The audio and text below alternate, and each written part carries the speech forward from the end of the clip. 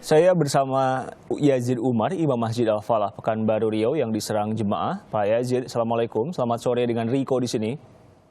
Waalaikumsalam warahmatullahi wabarakatuh. Pak Yazid, kondisi gimana sekarang? Alhamdulillah, sehat baik. Alhamdulillah. Pak, saat kejadian berlangsung, Bapak bisa cerita, kita sekarang akan menampilkan video saat detik-detik Anda diserang oleh jemaah. Apa yang terjadi waktu itu, Pak? Ya, bismillah, alhamdulillah, salatu wassalamu ala rasulillah. Baik, jadi awal daripada sebelum terjadi penusukan itu ketika sholat Isya pada rakaat yang pertama, saya sudah melihat ada seseorang yang ingin keluar dari ruangan yang ada di sebelah imam, kemudian sudah membuka pintu, namun ada yang menariknya gitu. Itu pada rakaat yang pertama ketika dalam waktu sholat. Nah, dan setelah beberapa saat ketika berdoa, zikir doa, jadi ketika doa itu ada sesosok yang saya tidak nampak gitu wajahnya, tapi sudah berlari dan menghujamkan pisau ke dada saya. Itu. Jadi setelah sholat Isya, saat Bapak sedang memimpin doa, kalau kita melihat videonya kan dia dari depan ya Pak ya? Berarti dia memang sempat ke depan dulu atau gimana? Memang ada ruangan di sebelah imam, ruangan khusus yang pintunya berhubungan dengan luar daripada masjid ini. Berhubungan pintunya. Oke, dia berarti memang ke situ duluan ya. Nah, kalau melihat atau mendengar keterangan dari kepolisian, pelaku ini mencoba menyerang Bapak dengan pisau 2 kali. Itu gimana ceritanya, Pak? Apa yang Anda pikirkan, apa yang Anda rasakan waktu itu?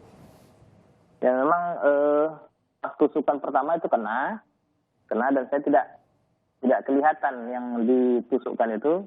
Ketika dia mau menghujamkan yang kedua, saya nampak dia memegang pisau, maka saya tangkis dengan kaki. Itu. Setelah itu terlepas. Ya, setelah itu mencoba melarikan diri, kemudian apa lagi yang terjadi, Pak?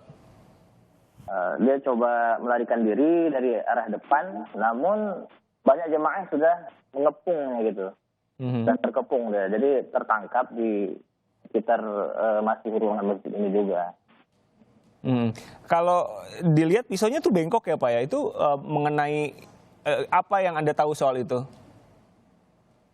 Ya memang terkenang ke sini ke dada saya, cuma memang cuma sedikit lukanya, tapi memang kanan itu agak kuat sehingga ini masih ada rasa lebam rasanya di dada kiri saya. Pak Yazid kenal dengan pelaku? Sekedar seorang imam dengan jamaah, dan saya tidak semua jamaah juga yang saya kenal, walaupun sering sholat di sini gitu kan. Kenapa saya tanya gitu Pak? Karena menurut kepolisian pelaku itu beberapa kali konsultasi dengan Bapak. Bapak gimana waktu itu? Memang merasa juga dicurhatin sama pelaku atau gimana? Kalau curhat mungkin beliau ini ya kalau saya rasa mungkin dari awal Januari ya, mungkin dari Januari sudah mulai ya dia itu memang ditunggunya saya di luar sampai saya keluar nanti dari ruangan ini, dan nanti dijumpanya Pak Ustadz minta waktu untuk saya mau konsultasi. Sudah saya punya waktu 10 menit gitu. Nah, dan tidak setiap saat, ketika dia ingin aja gitu. Sejak Januari, maksudnya pelaku ini menunggu Anda keluar dari masjid atau gimana? Iya, ditunggunya dari apa? Dia nunggu di selasar masjid, di teras. Oke, jadi konsultasi ceritanya di area masjid begitu Pak ya? Ya, selalu di masjid, nggak pernah saya mau di luar. Tapi Bapak tahu siapa dia? Maksud saya sebelumnya Bapak sempat mengenal, tahu rumahnya di mana? Maksudnya sering sholat di masjid itu atau gimana? Kalau sekedar cuma permasalahannya saya tahu ya mungkin identitasnya sedikit saja, tidak semua juga saya mengetahui tentang pribadi dia, siapa keluarganya, mungkin sedikit saja yang saya tahu. Kemudian apa lulusan mana, dari mana gitu. Mungkin cuma tempat tinggal yang saya tanya. Oh, tinggalnya Kan memang dekat situ Pak, dekat masjid atau? Oh, jauh dari masjid ini. Oke. Cerita apa saja biasanya Pak? Karena pelaku mengaku ke polisi dia tidak puas dengan dia merasa tidak mendapat solusi. Memang apa yang waktu itu diutarakan? Saya rasa bukan solusi yang bagaimana yang diinginkannya. Karena dia ini adalah seorang remaja yang ingin hijrah. Yang tren sekarang ini kan hijrah gitu kan. Mereka ingin memperbaiki dirinya dari yang dulunya banyak dosa menuju yang lebih baik gitu kan. Saya rasa kalau saya memberikan solusi nasihat itu ya sekadar orang-orang ingin memperbaiki diri, di muhasabah, dikasih pemahaman Islam sedikit. Nah, jadi kalau tidak puasnya saya rasa nggak sampai ke situ. Apa yang waktu itu diutarakan biasanya Pak oleh pelaku?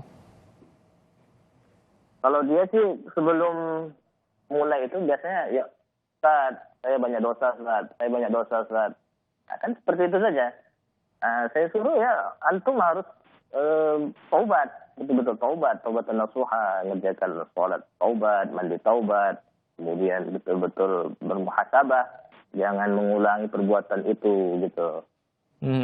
Kalau kepolisian kan sekarang sedang memeriksa kejiwaan pelaku Pak Yazid. Kalau waktu Bapak ketemu dengan dia berkali-kali, apa yang terasa oleh Bapak? Apakah ini memang ya normal saja jemaah cerita ke seorang imam masjid ingin mendapatkan masukan dan lain-lain, atau Anda merasa bahwa oke ini memang ada sedikit masalah? Apa yang Anda pikirkan waktu itu? Ya, sebenarnya saya sudah ngasih solusi yang lebih baik lagi kepada beliau ini. Kenapa? Karena saya sudah menyuruh dia untuk ikut dalam kajian-kajian remaja yang di sini, yang di Pekanbaru ini cukup meluas gitu, cukup banyak gitu. Jadi kalau yang pernah konsultasi ke saya, walaupun tidak banyak ya, yang cuma sekitar 2-3 kali mungkin sudah cukup bagi mereka gitu. Ya, jadi waktu itu Anda merasa tidak ada hal yang mencurigakan ya? Iya. Baik, terima kasih Imam Masjid Al-Falah, imam yang diserang oleh jemaah Yazid Umar, meluangkan waktu bersama kami di Kompas Petang. Baik.